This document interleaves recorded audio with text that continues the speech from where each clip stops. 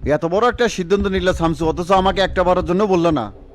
বলার সুযোগ ছিল না, সব কিছু হুট করে হয়ে গেছে। এতদিন এত কিছু ঘটে গেল, পদত্যাগ করলেন না, নতুন করে আবার কি এমন হলো? নাকি সবিককে এমপি বানানোর জন্য এটা করছো? না না, ওটা কোনো ম্যাটার না সেলিম ভাই, দলের এইসব বিষয়গুলো আর নিতে পারতেছিলাম না। এই পুতুল মার্কার সভাপতির সাথে কাজ করতে আর ইচ্ছা করতেছিল না। আমি যতই চেষ্টা করি দলের রিজন কখনো চেঞ্জ করতে পারতাম না। সেটা তো জানি, যেদিন থেকে দলের উপরে বামপন্থীরা চাপে পড়ছে সেদিন থেকেই সভাপতি আর সংগঠনের মধ্যে ভারসাম্য নষ্ট হওয়া শুরু হয়েছে। তুমি যেহেতু সরে গেলে, তাহলে আমি এখানে থাকি আর কি করবো? আমিও ইস্তফা দিই। আপনার এখনই সরার দরকার নাই সেলিম ভাই, পরিস্থিতি বুঝে কখন কি করা লাগে আমি আপনাকে বলবো। তুমি আসলে কি করবে চাচ্ছ সেটা কত?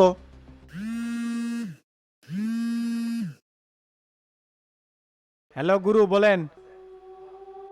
ক্যারে কিছুই জানালো না, হুট করে এমন সিদ্ধান্ত নিল? সবকিছু কি ঠিকঠাক আছে? সবকিছু ঠিকই আছে গুরু, সঠিক সময় সঠিক সিদ্ধান্ত লিছি, টেনশনের কিছু নাই। তা ঠিক আছে, এত বড় সিদ্ধান্ত লওয়ার আগে একটাবার আমাকে জানাবো না? এইসব ব্যাপারে আপনার সাথে সামনাসামনি আলোচনা হবে গুরু। আর জাপানের পার্টির সাথে কি কথা হচ্ছে? না এখনো হয়নি, ওদের সাথে মিটিং করার জন্য এখানে বসে আছি। আচ্ছা মিটিংটা শেষ করেন, আমি পরে অফিসে আসতেছি।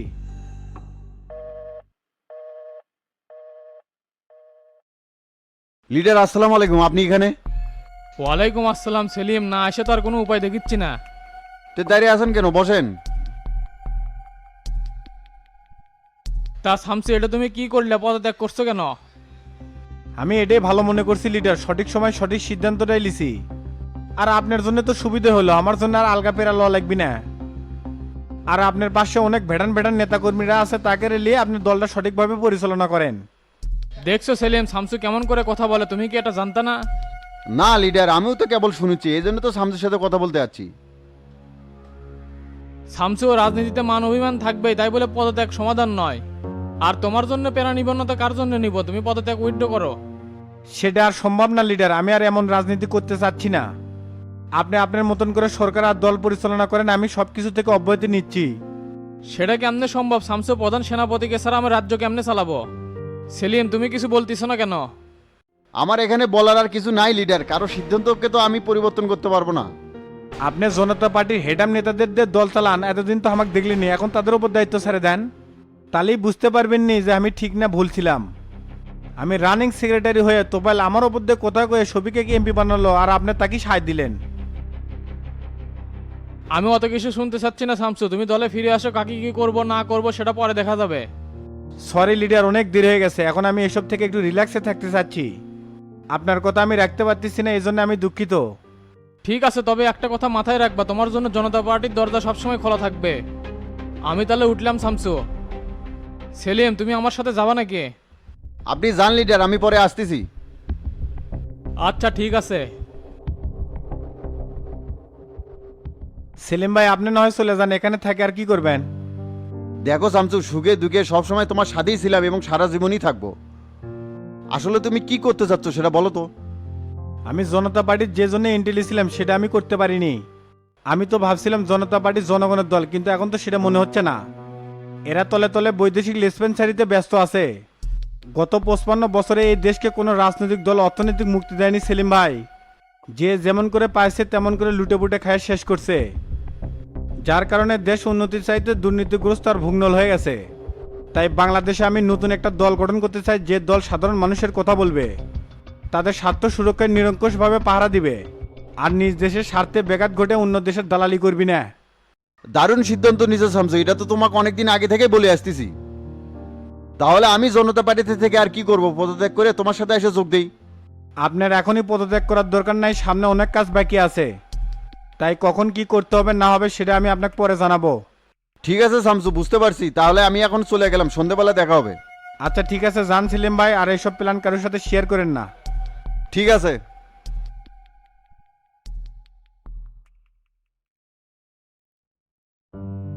আসসালামু আলাইকুম, কাশিম টিভির পক্ষ থেকে আমি কালাম আবারও হাজির হয়েছি ব্রেকিং নিউজ নিয়ে সকাল 11টার সংবাদে।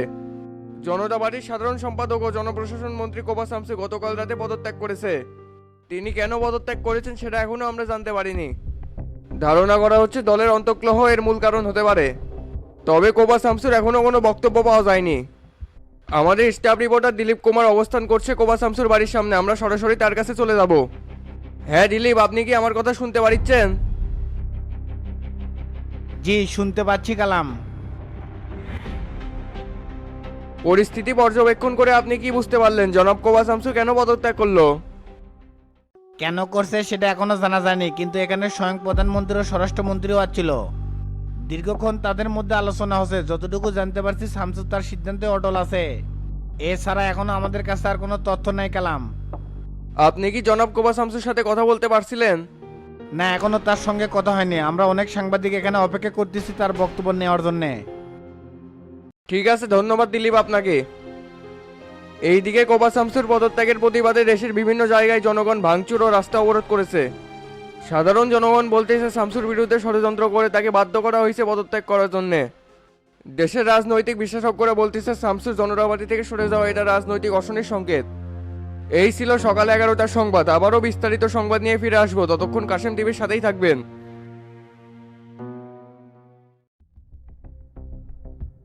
ভাই সকালবেলা ঘুম থেকে উঠে কয়বার যে গায়ে চিমটি মেরে দেখছি যে স্বপ্ন দেখিচ্ছি না তো কিংকা করে এটা হয়ে গেল, আমার তো বিশ্বাসই হচ্ছে না। সবই রাজনৈতিক কেলমা হানিফ, এমন ঠেলাত ফালাছিলাম পদত্যাগ করতে বাধ্য হচ্ছে। মেলা দিন পর জনতা পার্টির উপর থেকে কেবল শনি গ্রহটা নেমে গেল।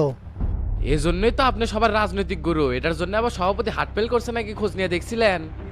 হাত ফেল করলেও তো বেঁচে গেলাম নি। নিউজে দেখলাম শামসুর বাড়িতে গেছিল, সেখানে তো স্বরাষ্ট্রমন্ত্রী সেলিমও ছিল। তাহলে তো ভাই তলে তলে মানাবার চেষ্টা করবে গেছিল। শামসুকে আমি চিনি হানিফ, উই যেহেতু একবার পদত্যাগ করছে, অক যতই মানানোর চেষ্টা করুক ফিরবি না। কথা আপনি খারাপ বলেননি ভাই, এবার শামসুর কাউন্টডাউন শুরু হয়ে গেল মনে করেন। সবার সাথে কথা বলো, আমাদের গ্রুপকে নিয়ে জরুরি মিটিং করতে হবে।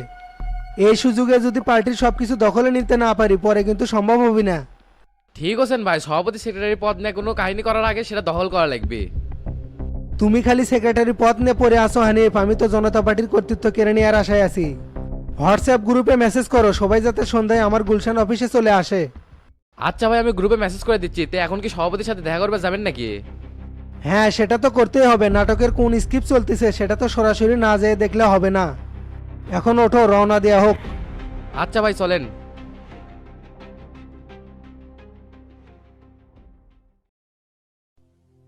এত বড় একটা কাহিনী ঘটে গেল মাস্টার, আমরা কিছুই বুঝতে পারলাম না। তোমাকে কাল বারবার বললেন যে শামসুর সাথে কথা বলো, আমার মন করছিল যে ঢাকাত কিছু একটা ঘটিচ্ছে। কথা বলার জন্যই তো ফোন দিছিলাম, কিন্তু ফোনই তো ধরলো না। কেরে টেরা, তুই কি কিছু জানে বাসু? না তো চাচা, ঢাকাতে থাকতে তো এরকম কোনো মোটিভই চোখে পড়ে নাই। ঘুম থেকে ওইটা মানিক ভাই ফোন দিলাম, তাই তো সেরকম কোনো কিছু বলতে পারলো না। আমার মনে হচ্ছে মাস্টার নির্বাচনের কাহিনী নিয়ে কিছু একটা হচ্ছে, তাছাড়া তো মানুষ হক করে পদত্যাগ করে না। কথা ঠিকই বলছে, কিন্তু কাহিনী কি সেটা শামসুই বলতে পারবে। হ্যাঁ চাচা, ওস্তাদের মতো লোক যেহেতু এই সিদ্ধান্ত নিচ্ছে, নিশ্চয়ই আর পিছনে কোনো কাহিনী আছে যেটা আমরা জানতে পারতেছি না। কেউ তো এই পদত্যাগ মেনে নিবে চাচ্ছে না মাস্টার, নেতাকর্মীরা রাস্তায় নামবে চাচ্ছে। এইগুলা নিয়ে অলরেডি দেশের বিভিন্ন জায়গায় বিক্ষোভ হয়েছে, কিন্তু আমরা তো এটা শামসুর অনুমতি ছাড়া করে পারি না। আমিও সেটাই মনে করি চাচা, তার মোটিভ না জানিয়ে কোনো কিছু করা ঠিক হবে না। এ সবাই চুপ করো, শামসুই ফোন দিছে, দেখি কি কয়। হ্যালো চাচা, গতকাল তো অনেকবারই ফোন দিছিলেন, আমি তো ব্যস্ত ছিলাম এর জন্য রিসিভ করতে পারিনি। সেটা তো দিছিলামই। তাই এগুলা কি শুনতেছি শামসু, তুমি বলে পদত্যাগ করছো? ঠিকই শুনছেন, পদত্যাগই করছে, আর এটাই আমার কাছে বেটার অপশন মনে হচ্ছে। কি বলো, দল থেকে তুমি পদত্যাগ করছো, তাহলে আমরা কি করবো? যেভাবে সংগঠন চালাচ্ছিলেন সেভাবেই চালান। আর এই ব্যাপারে কোথাও কোনো সমাবেশ দেওয়ার দরকার নাই, কারণ আমি বুঝে শুনেই পদত্যাগ করছি। আর কখন কি করা লাগবে না লাগবে সেটা আপনাকে আমি পরে জানাবো। আর একটা কাজ করেন, শফিক এক যায় ফুলের মালা দিয়ে একটা সংবর্ধনা দিয়ে আসেন। তাই বলে শফিককে যায় ফুলের মালা দিয়ে আসবো এত কিছুর পরেও? আমি যা বলতেছি তাই করেন চাচা, খেলা অনেক বাকি আছে, আর কাউকে কোনো কিছু বলার দরকার নাই। যেমন চলেছে তেমন করেই চলুক। আচ্ছা ঠিক আছে, তুমি যেভাবে বলবা সেভাবেই করব।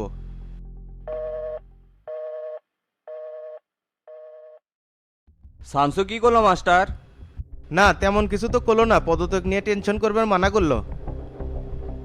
তে হঠাৎ করে পদত্যাগ কৃষক করলো সেটা করলো না? এটা দলের অভ্যন্তরীণ ব্যাপার হাবিব ভাই, এটা নিয়ে আমাকে কিছু বলেনি। আমাদের কার্যক্রম যেভাবে চলতেছিল সেভাবেই চালাতে বলছে।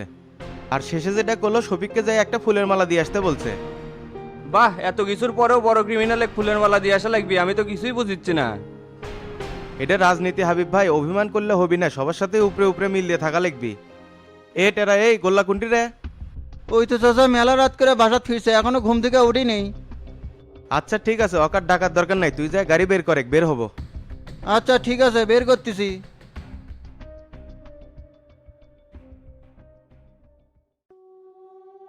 কিরে আকাশ, এখন কেমন লাগছে? খেলা কেঙ্কা দেখালাম?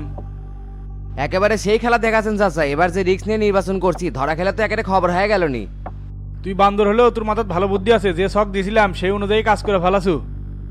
চিন্তা করিস না, এই শফিক কথা দিলে কথা রাখে। এখন কত ইউনিয়নের চেয়ারম্যান হবো নাকি উপজেলাত ভালো একটা পদ লিব? আমার বাপ তো চাচা মেলাবার চেয়ারম্যানের ইলেকশন করছে কিন্তু একবারও হবার পারেনি। তাই আমার আশায় একদিন না একদিন আমরুল ইউনিয়নের চেয়ারম্যান হয়ে দেখামো। যা, তোর ইচ্ছা পূরণ করে দিলাম, ওই লেটের আমার টাইম থাকবি না। আজকে সকালবেলা নিউজ দেখছো নাকি? শামসু তো লোডে পড়ে পদত্যাগ করছে। ভাবলাম সবেমাত্র খেলা শুরু করবো আর শামসু তাতেই মাঠ ছেড়ে পড়ালো। মোল্লাদ্দর মসজিদ পর্যন্ত চাচা, ক্যাডাররা তো আর বেশি দিন রাজনীতি মাঠে টিকে থাকতে পারে না। ইনকা করে হুম্মুত করে আসে আবার ঝড়ের গতিতে পড়ে যায়। রাজনীতির মাঠে ব্রেন দিয়ে খেলতে হয়, চোখ গরম করে সবকিছু ম্যানেজ করা যায় না। চাচা বাইরে তো বহু নেতা কর্মী এসে জড়ো হয়ে গেছে আপনাকে ফুল দেওয়ার জন্য। সকাল থেকে এই সংবর্ধনা নিতে নিতে টায়ার্ড হয়ে গেছি রে, এখন আর কারোর সাথে দেখা করে পাবো না। বিভিন্ন হাত থেকে অনেক নেতা কর্মী হচ্ছে, 4 ঘন্টা হলে বসে আছে, ওর সাথে দেখা না করলে তো মন খারাপ করবি। না, খুব জ্বালায় পড়ে গেলাম। আচ্ছা ঠিক আছে, সবাইকে তাড়াতাড়ি আসবে ক। আচ্ছা ঠিক আছে চাচা।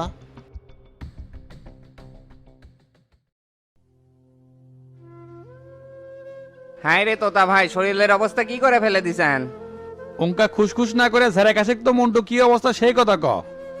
দেখে তো মনে হচ্ছে আপনার হার্টের সমস্যা। কোলেই হলে হার্টের সমস্যা, তুমি হলো পাতলা পায়খানা সর্দির ডাক্তার, এমনি কোলেই হলো।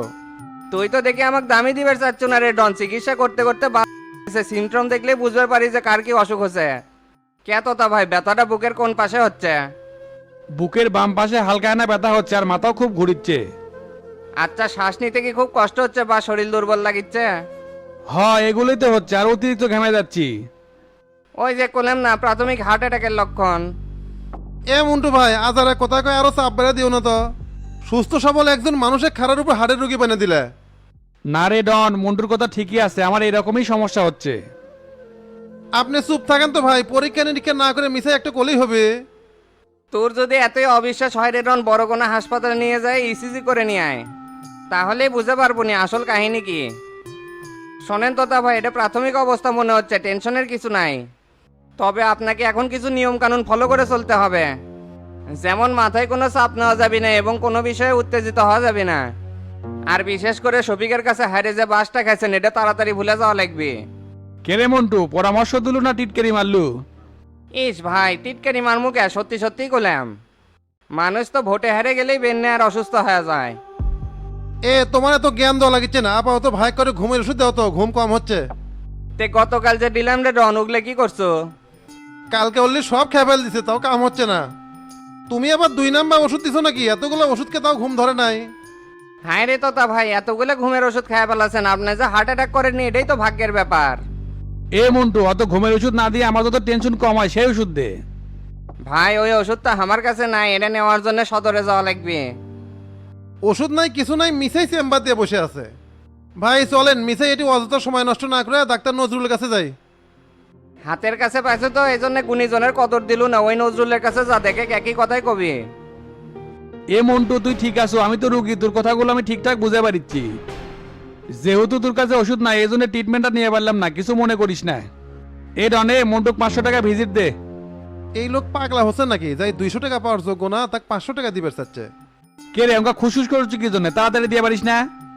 আচ্ছা ভাই দিচ্ছি। কেমন তো ভাই, 1000 টাকার নোট ভাঙতি আছে? কোষ কি রে, নাই মানে বাংলাদেশে আর সাথে বড় নোট থাকলেও ভেঙে দিলাম নি, তাড়াতাড়ি দে তো। আচ্ছা দিচ্ছি।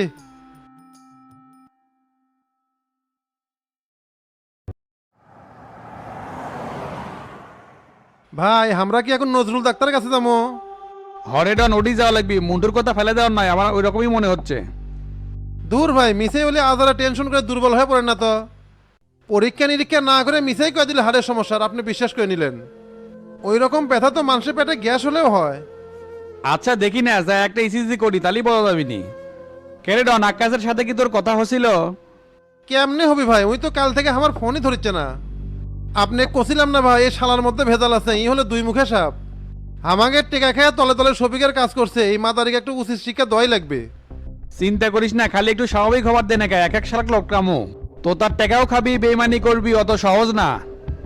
এই টাকা কেউ হজম করে পারবি না রে ডন, এক এক শালার পেটের মধ্যে টানা বাই করবো।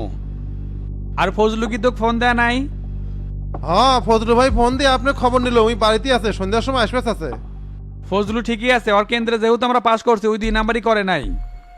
এখন তো আমার সন্দেহ হচ্ছে হাবিবেক নেই, এই শালা তলে তলে কোনো কাহিনী করে বসে আছে। আপনি গতকাল কলাম না ভাই, নির্বাচনের আগে আমি বেশ কয়েকবার শফিকের সাথে দেখা করছে। খালি না ফ্রি হবার দে রে ডন, সব রহস্য বাই করে ফেলামো। হাবিব যদি কোনো 2 নাম্বারই করে থাকে আর হিসেবেও পই পই করে নেওয়া হবি। শালা এমপি তো হবেরই পারলাম না, মাঝখান থাকলে সেক্রেটারি পদটা হারালাম। ভাই টেনশন করেন না তো, কপালে যেটা ছিল ওটাই হচ্ছে। এখন নজরুল ডাক্তারের কাছে দেখি আপনার শরীরে কি অবস্থা। আচ্ছা ঠিক আছে চলেক।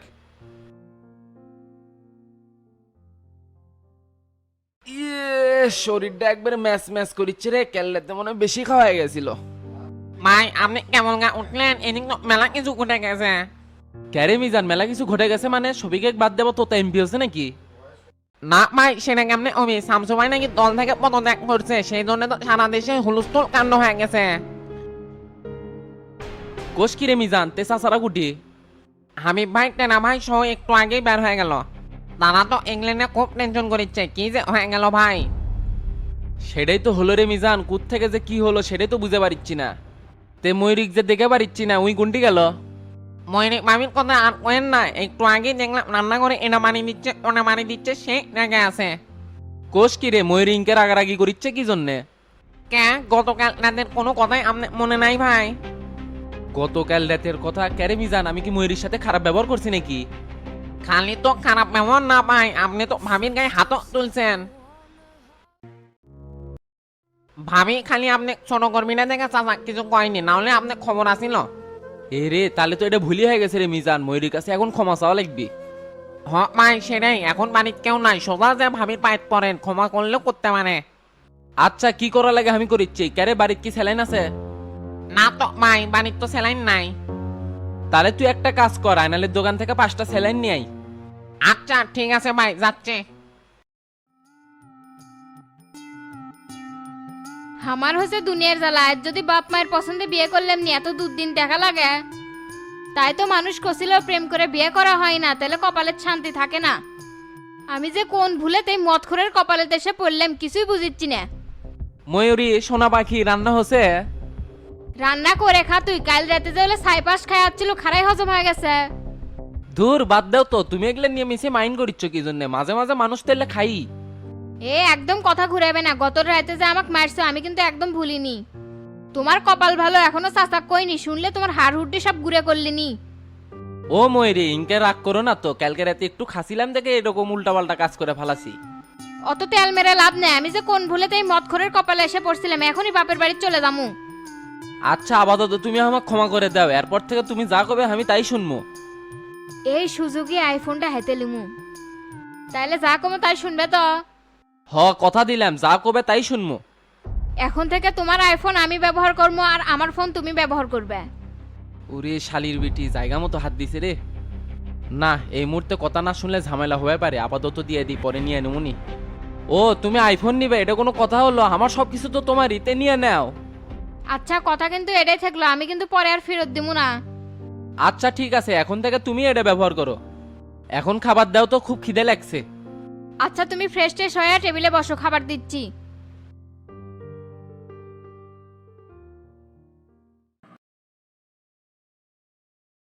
ভাই কি হয়েছে? আপনি কোন রাতের বেলা দোকানেতেই আসছিলেন, বাড়িতে যান নাই? না রে কিছু হয় নাই, রাত বেশি হয়ে গেছিল তো সেই জন্য বাড়ি যাই নাই। যত রাতেই বেশি হোক, আপনি তো দোকানে থাকার মানুষ না, নাকি ভাবির সাথে কোনো ঝামেলা হয়েছে? এত বেশি বুঝিস কি জন্য? গোলাপের সাথে ঝামেলা হলে কি আমার দোকানে থাকা লাগবে? না সেটা ঠিক আছে, তে রাত্রেবেলা খাচ্ছেন কি ভাই? আশপাশে তো হোটেলও বন্ধ আছিল। চিড়ে ভিজে চিনিতে মেরে দিছি, কোনো সমস্যা হয় নাই। না কাহিনী তো সুবিধাজনক মনে হচ্ছে না, নিশ্চয়ই আমার কাছে কোনো কিছু লুকোচ্ছে। ভাই তাহলে দুপুরের খাবার আমরা যাই বাড়িতে, নাকি আপনি যাবেন? আমার খাবার নিয়ে তোরা তো টেনশন করা লাগবি না, তুই যে খায়গা। আর তোর ভাবি যদি আমার কথা জিজ্ঞাসা করে কবু কুটি আছে জানি না। আর যদি কয় ভাই দোকান কেটা খুলছে, তখন আমি কি কমনি? কবু রাতের বেলা এসে চাবি দিয়ে করছে, সকালবেলা দোকান খুলবো, আমি থেকে পারবো না। আচ্ছা ভাই ঠিক আছে কমনি।